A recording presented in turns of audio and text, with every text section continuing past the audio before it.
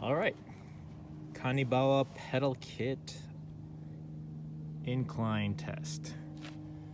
So let's see if how this works.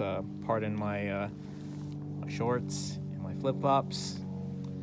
I do have a 64 tooth sprocket, so I'm not going to be going very fast. All right, so let me get just a little push off and pedal time. All right, so oh my goodness. So I can definitely walk faster than this, but it is working. It's not slipping. And I'm almost at the trailhead. Not gonna go in there.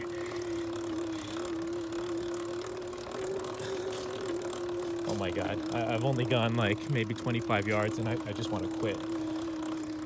Whew. But is it reliable? Is it gonna slip?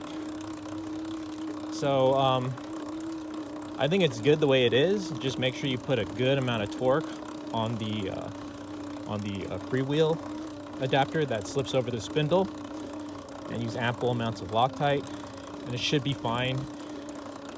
But if you're having issues, I would just go ahead and dimple the spindle. It might be a little difficult because it is stainless, so you'll have to take it out, probably put it in a vise or use a drill press. There might be other ways to do it, but the easiest way is probably to use a drill press.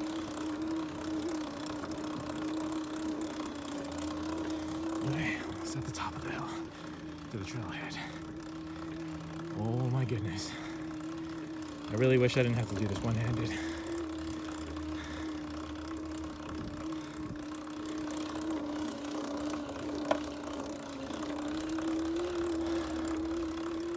All right.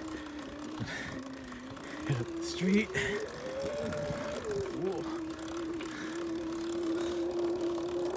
All right, let's go down the hill. All right. And that's good.